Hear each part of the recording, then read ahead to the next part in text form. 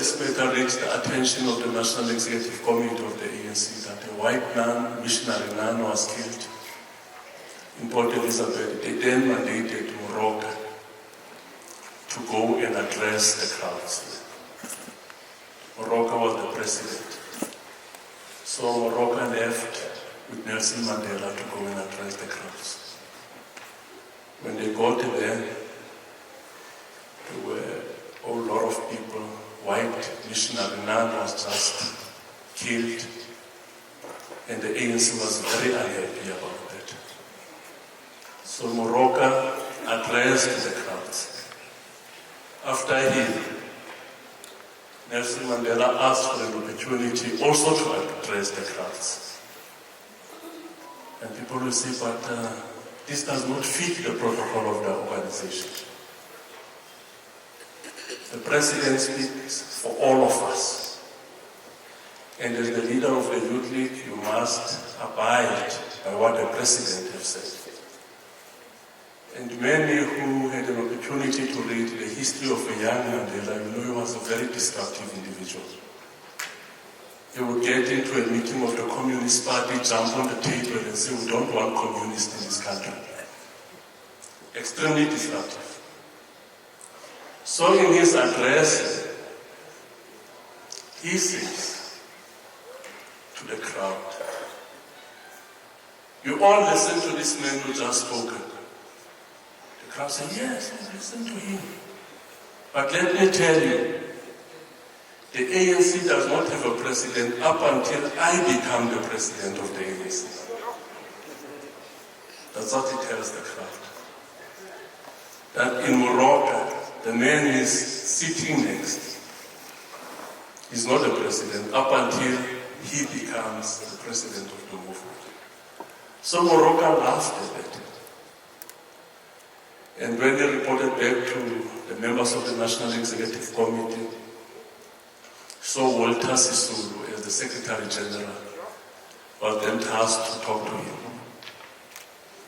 to express the dissatisfaction of the leadership of the ANC on the treatment of Morocco by Nelson Mandela.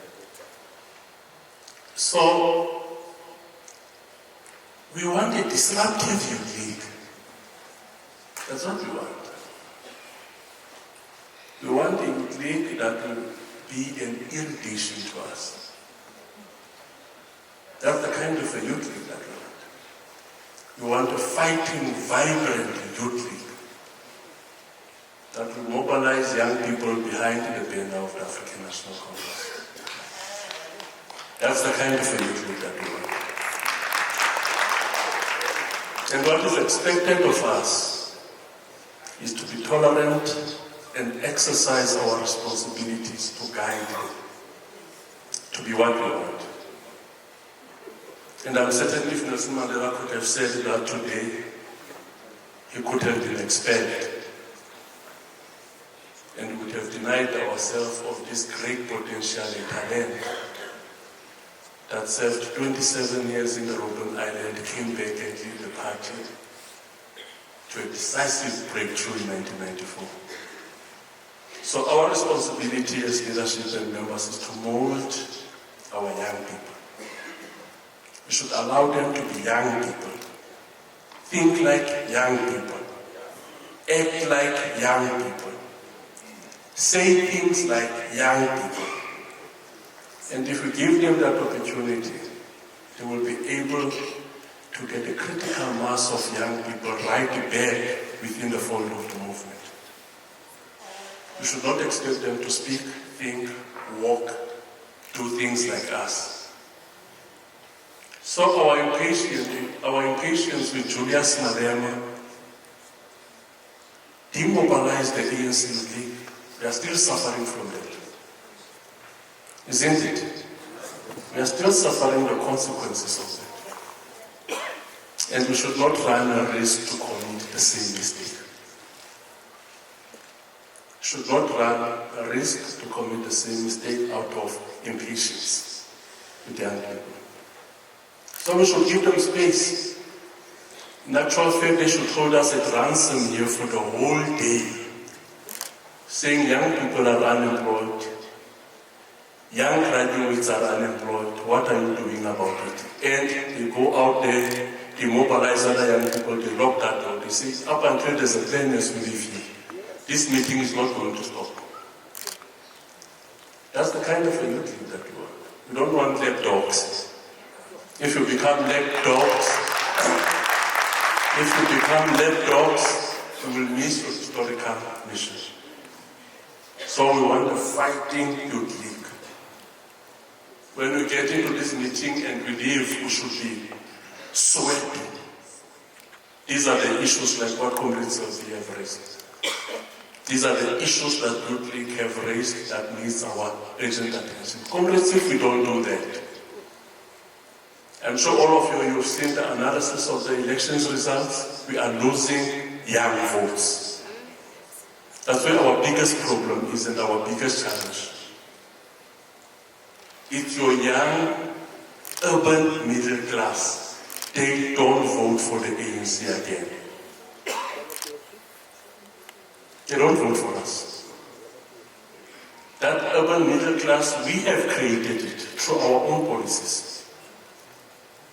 They don't vote for the ANC. They don't vote for us. So the most appropriate structure to mobilize them, get them in the fold of the African National Congress, is the Youth League. And we should be happy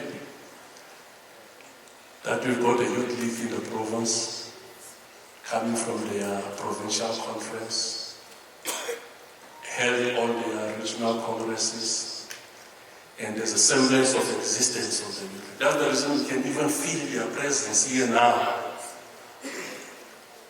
Because they should fight and uncompromisingly fight for the interest of young people. If they don't do that, EFF is the alternative. Yes, if they don't do it, there's an alternative, which is the economic freedom fighters. So the right match for the economic freedom fighters is a vibrant, fighting, radical ANC Youth League. That's the right match. Radical ANC Youth League, which is immersed in the values and traditions of the movement. And one of those values and traditions is respect for your seniors. So we can't come to a Provincial General Council to have our seniors on whose shoulders we are standing on insulted. I hope comrades understand that. There should be a way of decent and radical engagement with us on some of the issues which are affecting young people. So, comrades, I think we are closing on the right note. I'm getting confidence that as the province, we are moving in the right direction. There's quite a number of recommendations that have been made, and I was just picking some of them. All of them are equally important. And I think as the province, we are ready as we move towards the National Policy Conference. There's one recommendation which we are raising in the province, that we should conduct a research on the possibility of one member, one vote. And the argument which is being raised is that the delegation system is corrupted. You know, when you go to a conference, comrades don't fight over who gets nominated. They fight over who becomes a delegate. Because everybody knows that if you are a delegate, you can auction that to the highest bidder and dilute the outcome of your branch general meeting. So because of how this delegation system to conferences is corrupted and it has lost credibility, there's a recommendation that we should earnestly investigate the possibility of having one member, one vote. But to get that successful, to have that successfully executed, you will need a membership system with some form of integrity. You know, the ANC membership system, with all the different systems that were introduced, it still lacks integrity. So in order for us to be able to do that, we'll need to clean our membership system, and it should have some degree of integrity. There are parties that have done this. I'm sure Comrade Lamola made the reference. Even the Labour Party in the UK, they have done it. They used to have a delegation system, where at the branch level, people nominate delegates who go to the national convention. At the national convention, they elect leadership. Now they've introduced a new system, which they've been exercising for the past 10 years, where all the 1.4 million members, they vote for their leader. They vote for their leader. If you want to buy votes, then you must have lots of money. All of them, they vote for their leaders directly, without having delegates who goes there and auction their right to vote to individuals. So what we are saying as this Provincial General Council, let's investigate the possibilities of implementing such a system in the ANC, but linked to that is the integrity of our membership system. And there's also another profound decision that we came up with to make the Integrity Commission a constitutional creature. That the existence of the Integrity Commission and its power should be derived directly from the Constitution. That is very much important for our renewal program. To have a strong Integrity Commission that can take decisions on the conduct of each and every one of us. There's also another issue which was raised around the election of leaders in the structures of 2 deputies, which is a constitutional amendment of the election of 2 deputy secretary generals. It's a matter that we can take forward. I can still remember in the last NASREC conference, we went with this recommendation there at the province. And the decision of the National Executive Committee was further investigations. So this is another recommendation. The issue of the step aside is part and parcel of a critical part of our renewal program. The point which the PGC raised is that we support the step aside, but we have to ensure that there is better and consistent application of the resolution. Because inconsistency in its application brings in a great deal of rebellion against the resolution.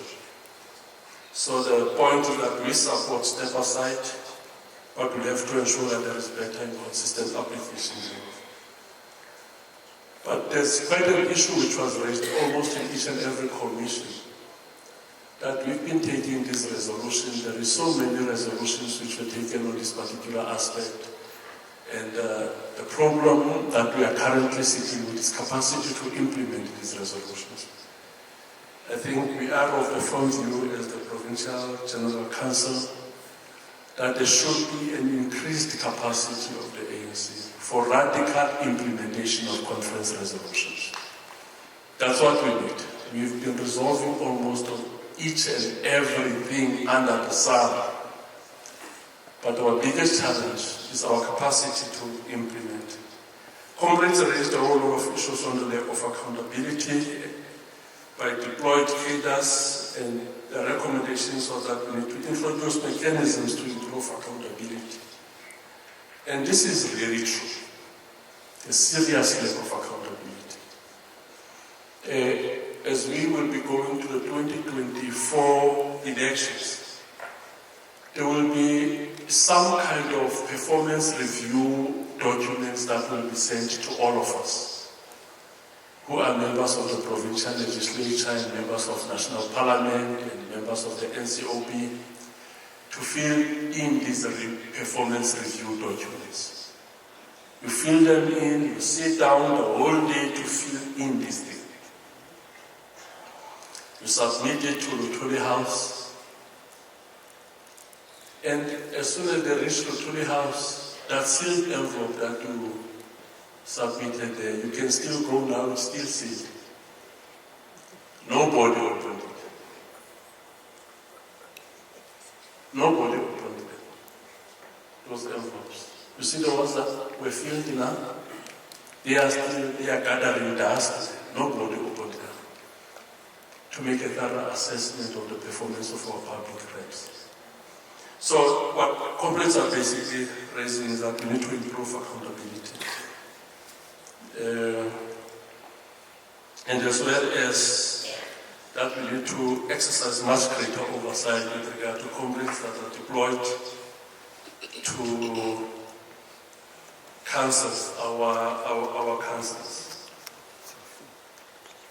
The other issue is the outcry on the lack of viability of our municipalities.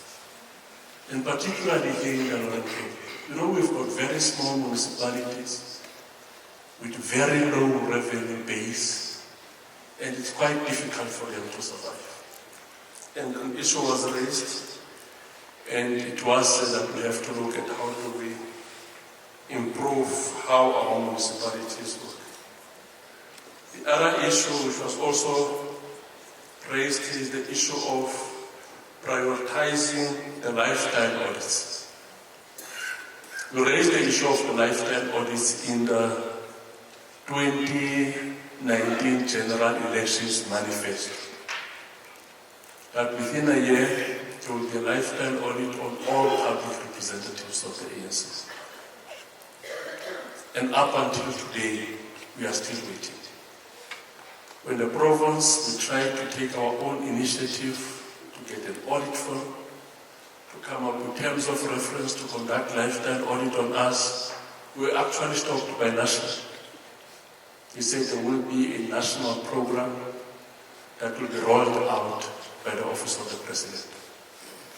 So up until today, we are working on that, and the likelihood that that will happen during this term of the sixth administration is very thin. So we are raising this issue again because, comrades, it's very important for us to instill a sense of confidence in the leadership of the ANC and also in our public representatives. There's a dominant narrative outside there that we are all corrupt. That's the dominant narrative, and we've been finding it very difficult to counter that dominant narrative. And lifestyle audit is but just one tool that we can use. You should be able to justify the house you are staying in. If you pay rent, say this is the rent I'm paying. If it's your house, explain how you managed to buy the house. If you've got two cars, explain how you managed to get these cars and how do you pay for them at the end of the month. If you've got children, how are you paying the school fees of your children? You should be able to justify those things to your public representatives. And it's only through a lifestyle audit that we want that can actually ensure that we account for those things. So that we don't get subjected to conjecture and perceptions of corruption. So we are still waiting to see when this process will be finalized, because we were told that the SSA will get involved, the SARS will get involved, and a whole lot of other institutions will get involved. So as the province, we can't do it. So I think as the province then, we should go and raise this thing very strongly as well when we go to the National Policy Conference. There's an issue which was raised on the low rates of economic growth, which is one of the realities we are confronted with. Serious challenges that we are confronted with. The reality of the matter, comrades, is the fact that if we don't grow our economy, we can't create the much needed job opportunities. You can't fight poverty. So we need to be on a drive to grow the economy of the province. And I think it's very much important for us to announce, in particular the developments here in the Northern Cape, two major breakthroughs that we managed to make. Just this month, we got a solid commitment from Sasol to build the green hydrogen plant at Bohobe. Solid commitment. That is $10 billion US. It's about 200 billion. Solid commitment from Sasol. So that project, I know, not the hydrogen project. And then we also got solid commitment from Transnet. We went there to Transnet with an army. We went there with an army from the province. We went there to fight. The minister joined, the minister Pravin Gordhan. Solid commitment that if you look at the newspapers, the RFI for the construction of Boho Bay Port will be out this weekend, which is a 13 billion rand project. So the issue of the Boho Bay Port survey and Comrade Tipu that we've been dealing with as premiers, it's coming to fruition. And I'm becoming the smart premier. People have forgotten about progress.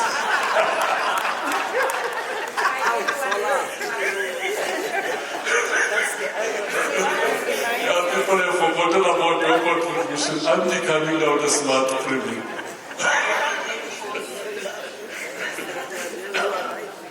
Solid commitment. And the building of the Boho Bay port and rail infrastructure will turn Namakwa into something else. Comrades from Namakwa, that will turn Namakwa into something else.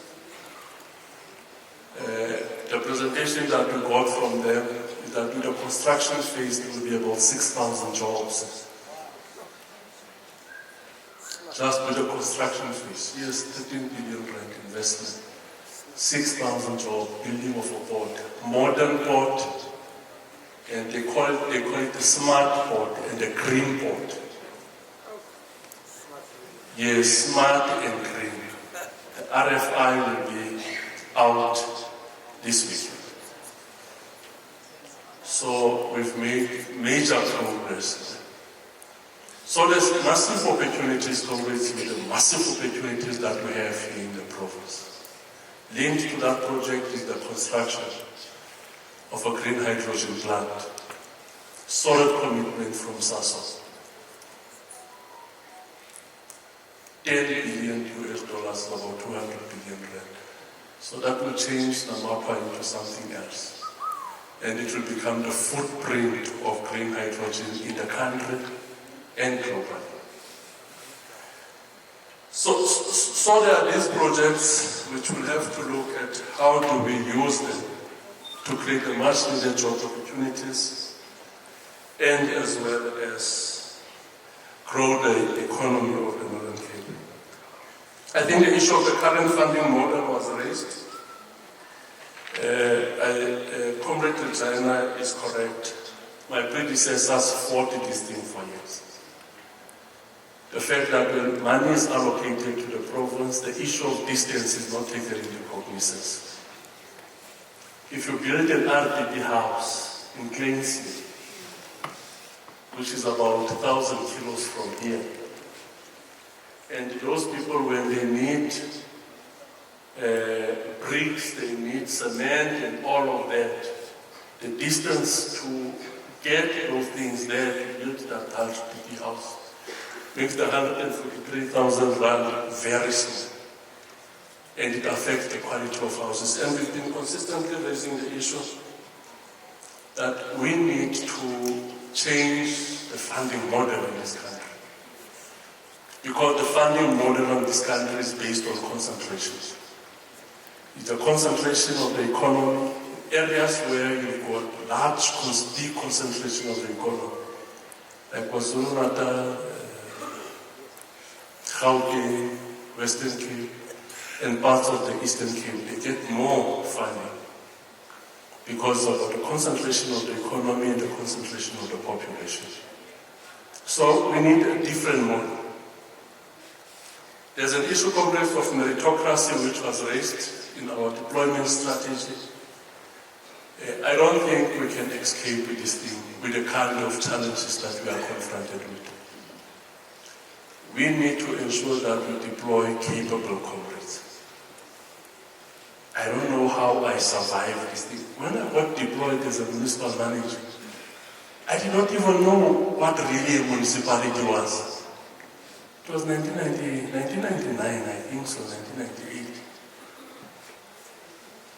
So when you get into the municipal environment, then you start to realize, Jesus, this is a completely different animal.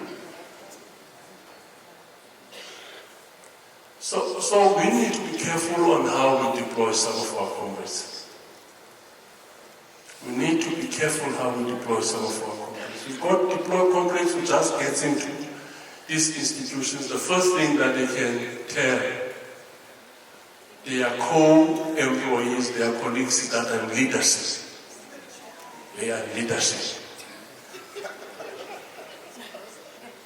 Yes, I'm leadership. I'm deployed by the ANC. And they are known, they are never at work. They don't do anything. These are just check collectors. That's what our employees are. We are just check collectors. And basically, if you say you are deployed by the ANC and you derive pride out of that, when people arrive at work in the morning at 7:30, if you start at 7:30, they should find you there at work. You should be the first to arrive. When they leave at 4 o'clock in the afternoon, they should leave you there at work. You are the first to arrive, the last to leave. That's what it should mean to be an ANC deployee.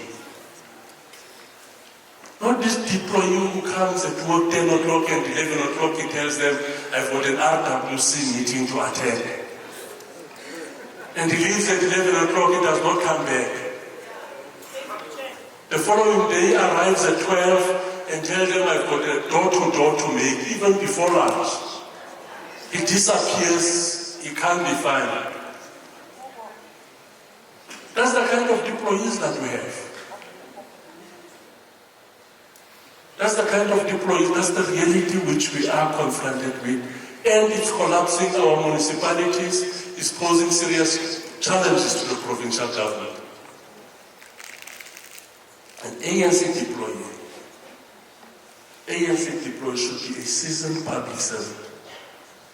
You know, people here in the municipality or in the department where you work, they should ask themselves, but who is this guy? Every time we arrived here at work, he's here from around 7. Who is this guy when we leave here at work at 4? This guy will be sitting here up until 6 o'clock. And somebody that knows, who responds to the question, you should say, no, this guy is a leader of the ANC. He's a deployee of the African National Congress. These deployees who don't respect their work environment. And every time when you get confronted by problems, you throw the ANC as a defense. That can't be right. That can't be right. You know, the ANC is extending extraordinary favor to all of us. This is extraordinary favor. We drive cars which under normal circumstances we would have never afforded. We stay in houses under normal circumstances we would have never afforded, if it was not because of the African National Congress. So when we are deployed, let's appreciate that and do our best to ensure that the organization that deployed you shines. Isn't it?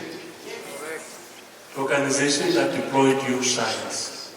If you can look at the pain of our comrades in Tshwane, in Gauteng, ANC losing power meant them losing their employment. Isn't it the mayor of Johannesburg fired plus 200 of them, of our comrades? Put them in the streets. Got in, put them in the streets. Ask each one of them, Uti, what are you doing here? And in the comrade style, we want to respond. Hey, you say, my chief, in terms of the tactical and the strategic alignment and this municipality and all, no, I don't want to hear that. What are you doing here in this municipality? What's your contribution? You can't even explain it because we are check collectors. That's what we know best. So comrades, if you get deployed by the movement, you should become a model employee. Model employee. In terms of the discipline. We've got HODs who would come and complain.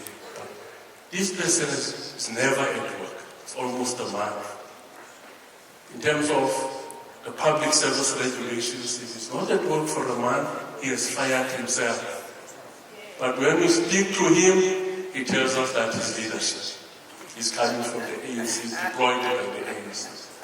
So one HOD even asked me, how do I respond to a question when somebody asks me, who's bigger? Is it you or the ANC?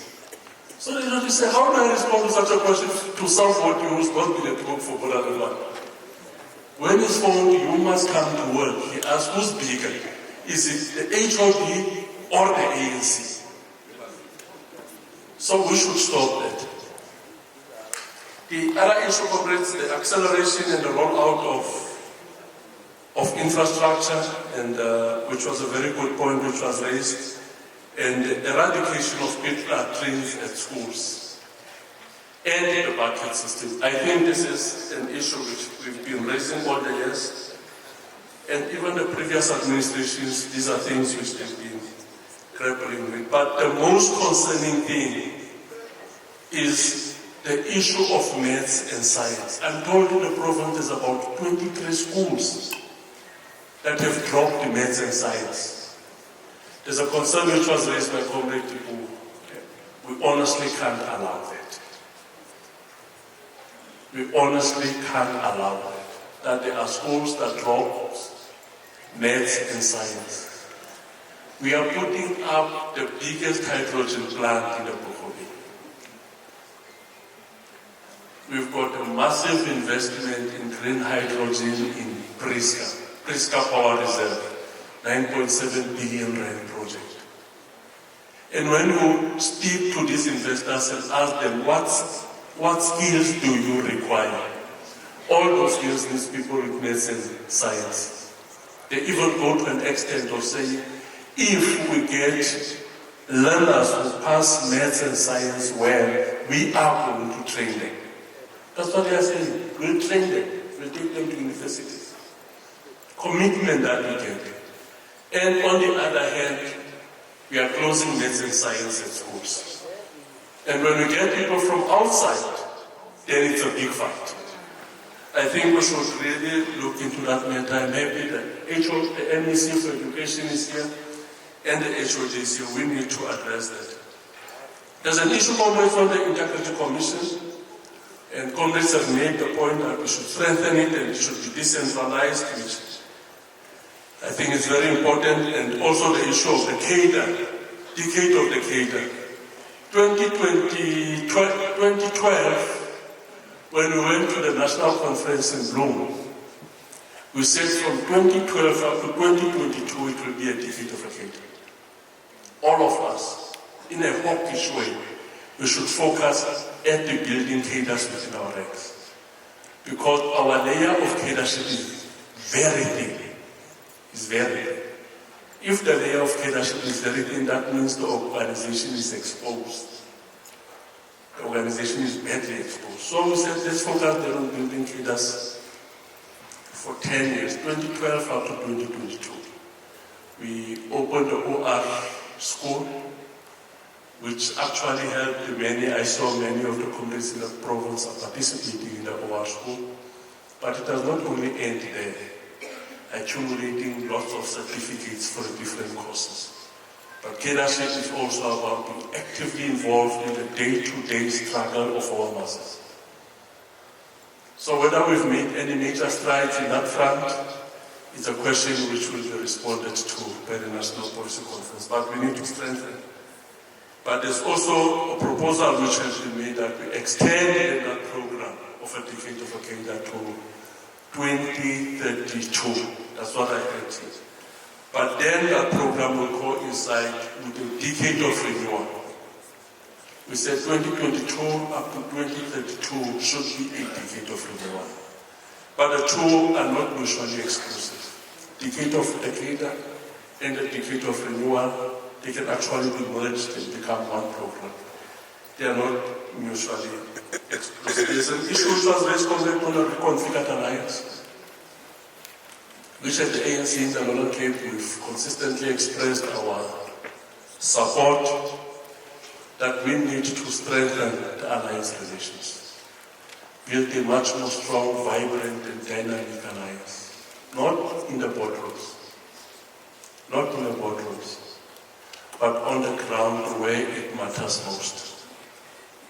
That's where the reconfigured alliance should be felt. On the ground where it matters most, working collaboratively as all the partners in the tripartite alliance. So we are firmly committed to that, and I firmly believe that even the policy conference will give a similar expression of commitment and ensuring that we've got a reconfigured alliance, we've got a living, dynamic and strong alliance. The reality of the matter is the ANC needs, renewal for the ANC needs a very strong Communist Party. And the renewal of the ANC needs a very strong COSATU. Our renewal also requires very strong SANCO.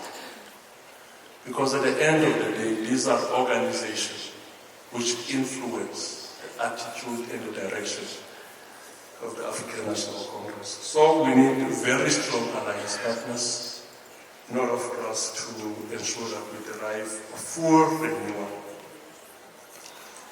And comrades, those are some of the issues which I just wanted to highlight and which are very much important matters that we'll have to deal with as we go to the national conference. And let me start by thanking our delegates for making time, and I know others will have to travel very far in order to get home.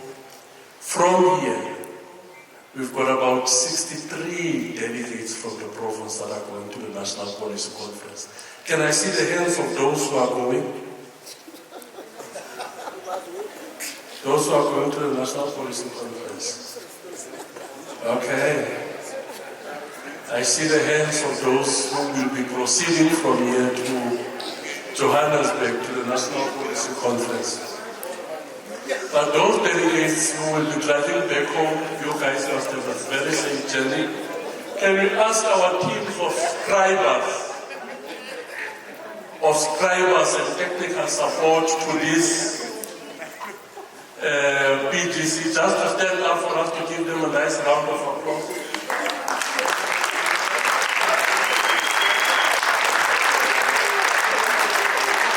These comrades are doing a very good job. And can we ask our former MK combatants who kept us safely just to come in front and salute to comrades?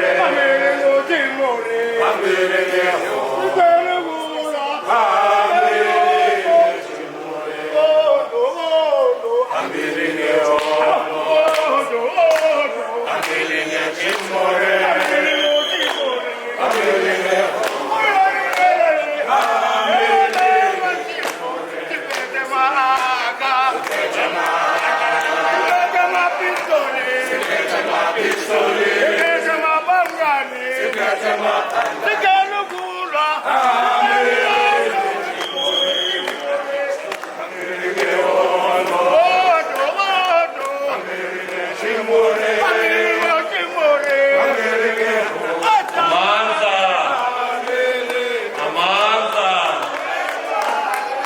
you very much, comrades, for keeping us safe and highly appreciated.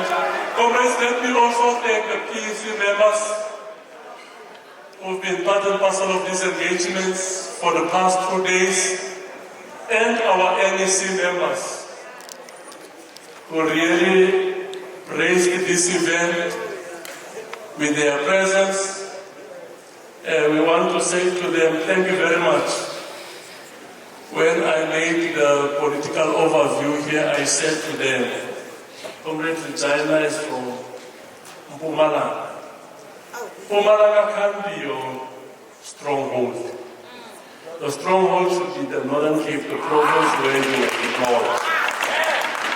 Yes, that's the stronghold.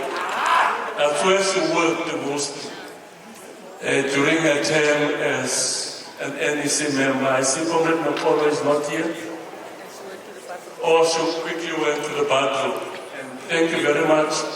Our convener, Comrade Colin, could not be here because she was deployed to the NEC, to the PEC conference, to the provincial conference in KwaZulu-Natal. But we are very grateful with the work that our deployees are doing in the province. They gave us guidance, supported our programs, and for that, we are very grateful. Members of Parliament who are here, can we ask all members of Parliament, NCOP members, just to rise so that we give you a nice round of applause as well. Comrade Mkulwa, Comrade Barbara, Comrade Sylvie. I saw Comrade Stork was also here. Where's Stork? Comrade who else? Mama is also here, and these are comrades that we deployed in the province. Comrade Ken, now Comrade is PEC member. Urata Dilo Kenine. Urata Dilo Ituna. Ituna. What's Cape Town doing to you now? It's really in Cape Town. Anything.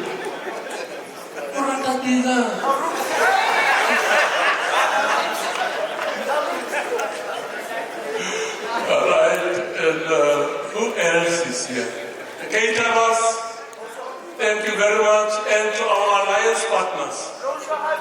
Thank you very much, comrades, for your presence. Thank you very much for enriching the debates that took place here, and to our leagues. Let's say Haita Youth League Haita. Haita Youth League Haita. Matinda Bafazi. And to our veterans, can we ask our veterans who are here just to rise for us to give them a very nice round of applause. Yes, we've got our veterans here. Our veterans here. Most of them are not well. Some struggling to walk. The Provincial Chair of the Veterans League, Katima Kobela, and the Provincial Secretary, Sizvai, they are both not well. And we must keep them in our prayers.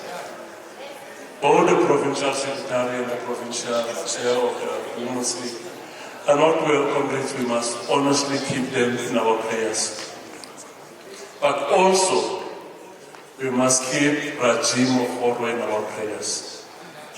Tate Mokoro is very sick. We visited Tate Mokoro just a month ago, and he's not in a good state. He's amongst the few surviving Robben Islanders from the province. Very few surviving Robben Islanders in our province. And I would really ask the leadership of John Tawakaitsi also to pay you a visit. He will tell you stories about Kuruman. He calls it Kuruman region. He will tell you stories that you will value. Because when you came back from the Robben Island, he was banned to Kuruman. So if you want to hear stories about Kuruman, you must go to Brazil. We went to him highly energetic, very sick.